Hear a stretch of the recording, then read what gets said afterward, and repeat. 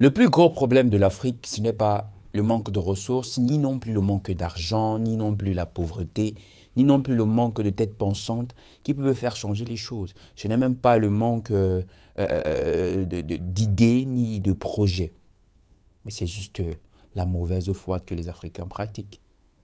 C'est juste la mauvaise foi dans laquelle nous sommes experts. Les Africains sont de très très mauvaise foi. Je vais prendre un exemple. Et un jour, il me fallait traduire des documents.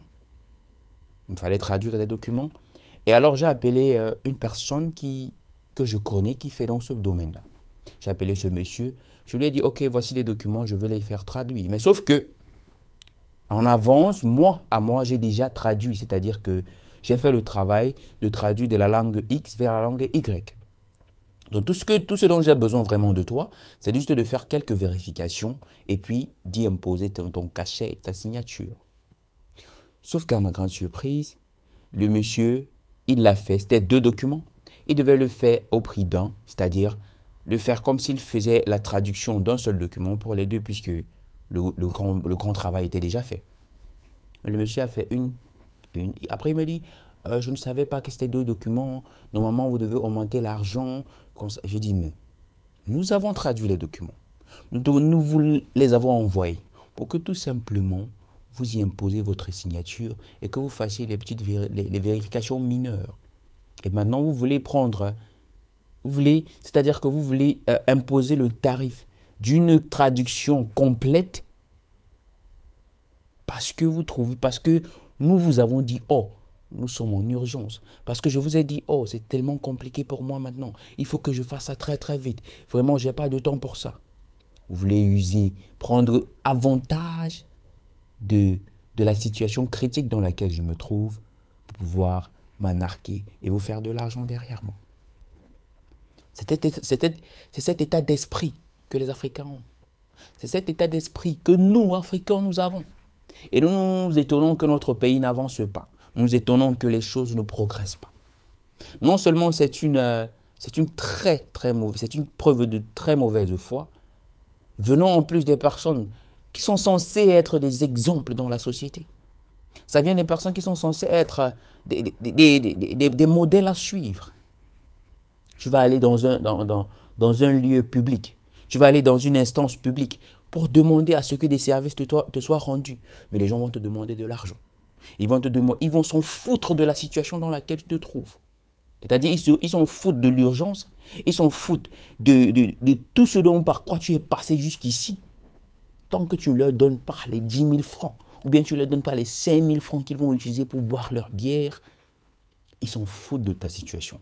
C'est-à-dire, ils sont capables d'envoyer ta vie, ils sont capables de t'envoyer en enfer, ils sont capables de te dire d'aller te faire foutre avec toute ta famille si tu ne leur donnes pas les 5 000 francs qu'il faut. Et vous pensez que c'est la pauvreté? Vous pensez que ces personnes-là, c'est parce qu'il manque les 5 000 francs? C'est juste de la mauvaise foi. Oui, c'est juste de la mauvaise foi. Je vais aller jusqu'à dire, c'est de la méchanceté. C'est de la méchanceté. Combien d'Africains sont aujourd'hui cloués sur place, n'arrivent pas à avancer dans leur vie, parce que leurs propres frères, parce que les membres de certaines organisations les empêchent d'avancer, parce qu'ils n'ont pas l'argent pour monnayer, parce qu'ils n'ont pas assez d'argent pour soudoyer les gens. Combien de jeunes Africains, combien d'universitaires, combien de jeunes étudiants sont incapables de postuler d'entrer dans certaines sphères de la société parce qu'ils n'ont pas d'argent pour monnayer. Ils n'ont pas d'argent pour engraisser les gens, pour engraisser les personnes placées de gauche et de droite. Combien de personnes sont assises là dans le chômage avec un bagage intellectuel lourd, juste parce qu'ils ne peuvent pas engraisser des personnes qui sont déjà engraissées. Je dis encore, c'est de la mauvaise foi et ça va jusqu'à ce qu'on appelle de la méchanceté. C'est de la méchanceté tout court. Oui, c'est de la méchanceté, chers amis. De la méchanceté. Et nous allons beau crier et dire, oh, le gouvernement est monté, le gouvernement est descendu. Nous allons dire, oh, la France est montée, la France est descendue. Mais au fond, nous sommes responsables de tout le malheur qui nous arrive. Au fond, nous sommes responsables à plus de 50% de tout le malheur qui nous arrive. Dans nos pays aujourd'hui, même un enfant de 5 ans, sait déjà qu'il faut négocier pour obtenir certaines choses. Il ne sait même pas que c'est son droit, il ne sait même plus que, en fait, il a le droit d'avoir cette chose-là. Tout ce qu'il sait, c'est qu'il faut négocier.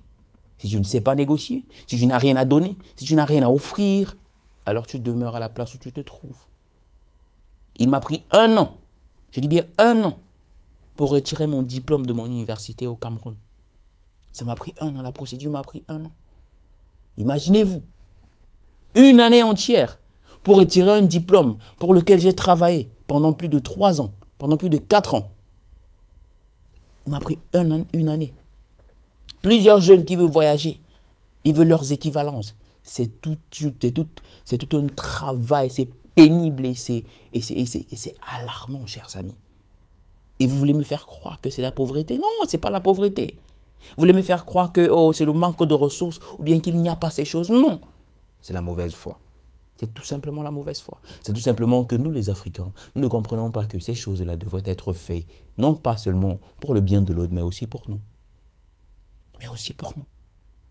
Tout simplement parce que nous perdons les valeurs qu'il faut. Nous nous basons seulement sur les profits financiers que nous pouvons faire en essayant d'amadouer et de soudoyer les gens. Tu vas arriver dans un bureau et tu vas trouver le bureau est vide. Le propriétaire du bureau va venir aux environs de 13 heures. Et puis à 14 heures, il va aller en pause. Et puis il va revenir vers 16 heures. À 17 heures, il sera en train de rentrer chez lui. Qu'est-ce que tu vas faire? Tu dois rester là toute la journée. Juste parce que tu attends qu'il te signe un document. Juste parce que tu attends qu'il t'impose un cachet. Il ne le fera pas. Si tu n'engraisses pas les pas. Si tu n'engraisses pas les gens. Si tu ne payes pas. Si tu ne donnes pas l'argent à quelqu'un. Si tu ne donnes pas l'argent à gauche. Si tu ne donnes pas l'argent à droite. Ils ne le feront pas. Et vous me dites que le problème de l'Afrique, c'est la pauvreté. Non, ce n'est pas la pauvreté. C'est la mauvaise foi. C'est la mauvaise foi, chers amis.